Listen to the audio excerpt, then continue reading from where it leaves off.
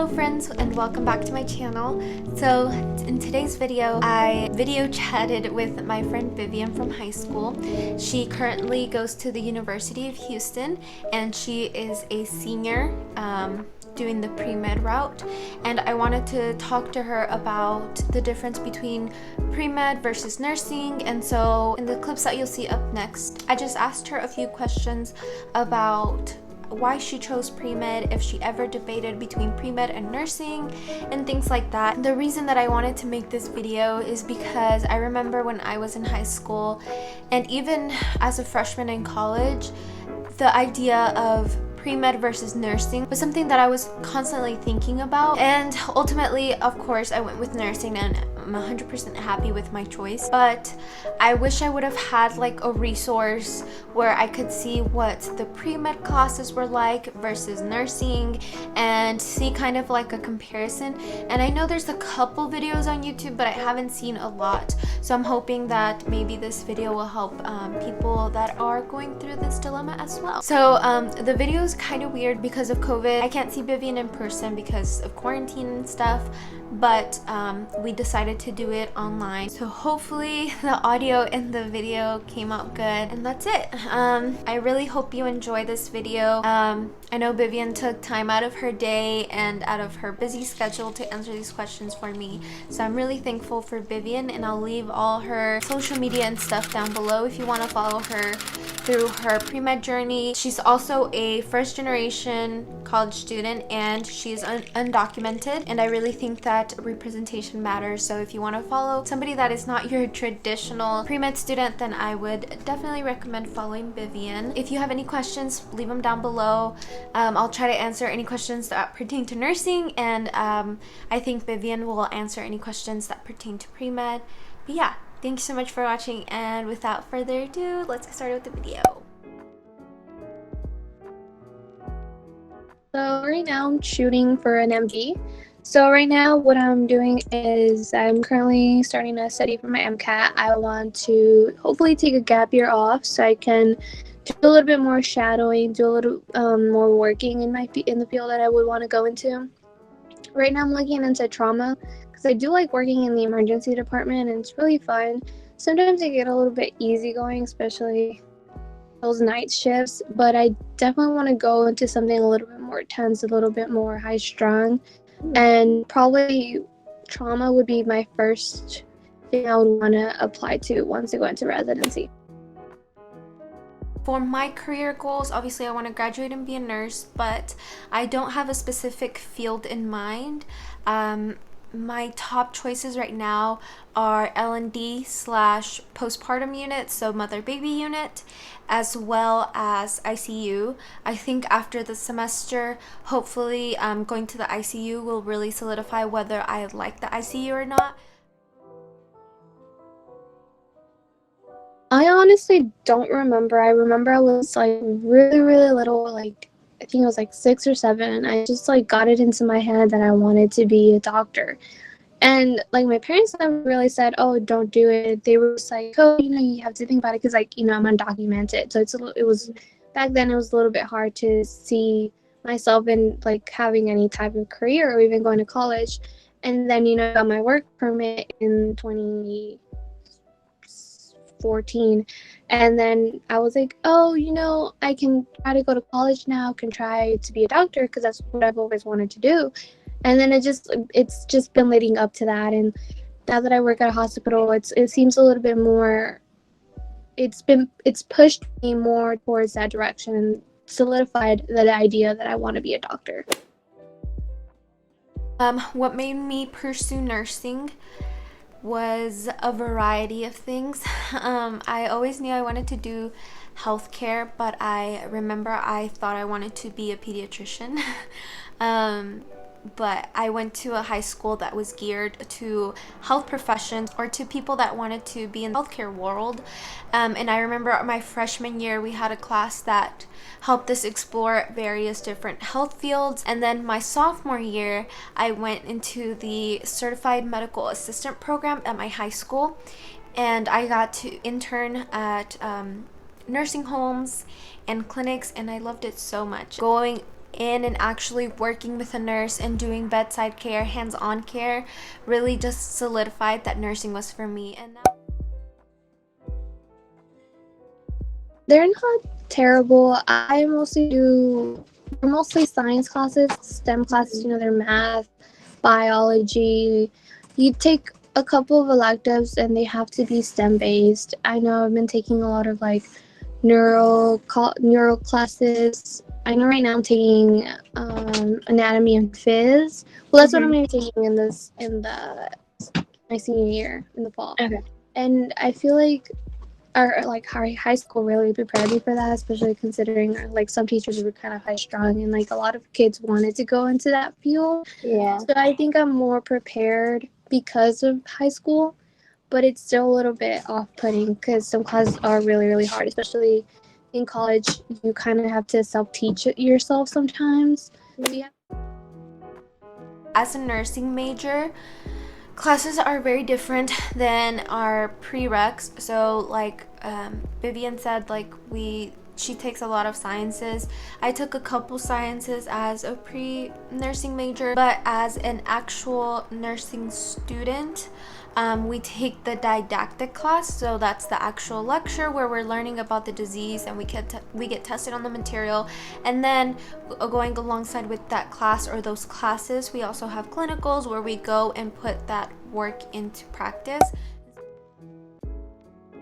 actually, but it was my, I think it was like my freshman year of college when I was living in the freshman dorm. My neighbor across the, like, I was gonna say straight across the hallway, he was a nursing major, and like he would tell me about it, and I, like his classes and stuff like that, and I'm like, like that sounds interesting, like maybe I want to try nursing, and then I like kind of made like a pros and cons list of it, and so I kind of spent like a whole semester debating about it. And then I was like, no, like I feel like I just worked so much towards being a in that medical like field. And then I started going to like organization meetings, and they always have doctors coming into the meetings and talking and stuff like that. And I kind of just like went to different little spaces where I could see myself.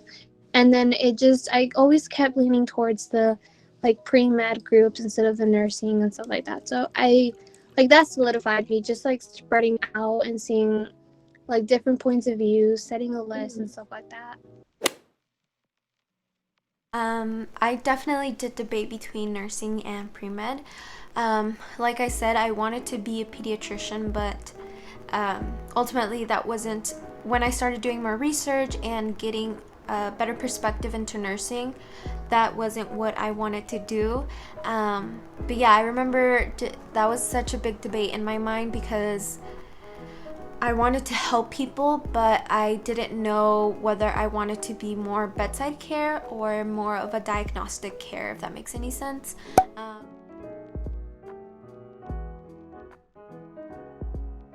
I got my job last September actually.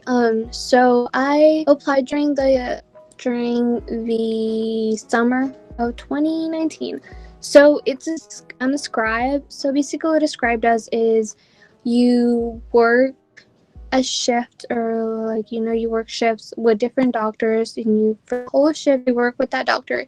You basically are like a personal assistant to them. So you follow them around, you write down like patient information, and then you like go to a computer and then you type it up. You type up their notes, their whole chart, their like complaints, what they told you, their symptoms, their medical history, like everything.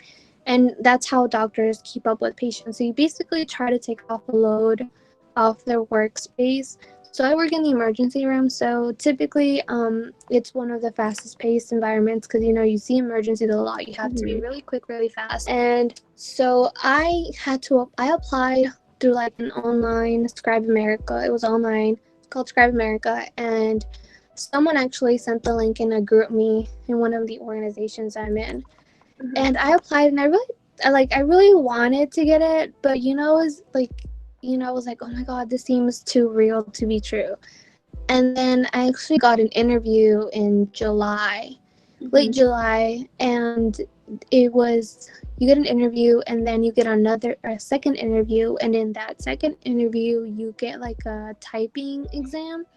So a certain amount of words per minute, and I forgot how much it was, but I passed that. And then in September I got called, and they were like, oh, you can start now if you want. And so I started almost right away after they called me in September. You do, I think, I know in the hospital I work at, it was 7 training shifts, and then during those 7 training shifts you work a whole shift with someone who already like a good scribe, and so they walk you through the whole thing. And then, you know, every day, every shift, they make you do a little bit more of the work and that. And then on your final shift is your solo shift, and you go by yourself and you follow the doctor by yourself. It's just you, and the other scribe is still there, but they don't do any of the work. They just check it, and then at the end you find out if you are good to go to be by yourself or if you need a couple more training. But they usually give you like 2 or 3 tries before that. You know, if they see you're improving, then it's fine. But I got it, and so I've been working since then. I started working mostly night shifts in November or December. Yeah, and I've just been working mostly night shifts. I do a couple of day shifts here and there, but I prefer night shifts now, just because I'm so used to them. Besides the scribing, I've like volunteered a lot. I volunteered a lot of the medical center in Houston. I've kept up with that. I haven't done like big internships yet. I was gonna do a shadowing opportunity this summer, but because of COVID, it like got wiped out. But I'm trying to do a little bit more during my gap year. Maybe do like work a little bit more in phlebotomy, since I'm still certified in that. Hopefully I can, like, maybe next summer I can do both scribing and the phlebotomy, and then keep it up, because I'm taking a whole gap year. I might as well just like get all this stuff, like experience and stuff. Yeah. No, I mean, sometimes it's like, you know, you realize that you have to do all this stuff, that you still have so much left. And then, but I think I'm really grateful for my job, because, you know, you talk, like, Houston is so diverse, and the hospital I work at is so diverse. Like, you see a lot of, like, you know, Black people, Hispanics, you know, Asian people, and I absolutely love that, because I'm like, you know, I feel a little bit really comfortable, because I'm like, okay, like, I'm a minority too, like, I can see myself in a hospital just like this. And That's so good. like, I found, like, a lot of doctors I've gotten really close to over the past year, and so I kind of see them as my mentors. And so there's this particular doctor who I work most of my night shifts with, and he's always like telling me, hey, you know, you can do this. Or, you know, sometimes I talk with him like through my dilemmas, like, oh, should I do this, should I do that? And he's like really helpful at like being non-biased, because, you know, most people, you can't ask them because they're like, well, I think, you know. And it's really nice because you see both like MD doctors and then you see DO doctors, and you kind of like, I never really knew the difference, and then you learn the difference, and you're like, oh, maybe I can do both. MD doesn't work out, or I can do like MD if DO doesn't work out, you know. So you kind of have those options, and it's really nice having that. Like, I feel like it's really nice having that kind of security and like reassurance, especially if you like you don't really come from like a background that's like gone to college and stuff like that. So it's really nice, because sometimes you get kind of depressed and you're like, oh, like, I'm doing too much. So, but yeah, it's like really nice having that kind of support and stuff. But yeah, that's it for this video, guys. Thanks so much for watching, and thank you very much to Bibian for doing this video with me. Thank you for watching. Bye.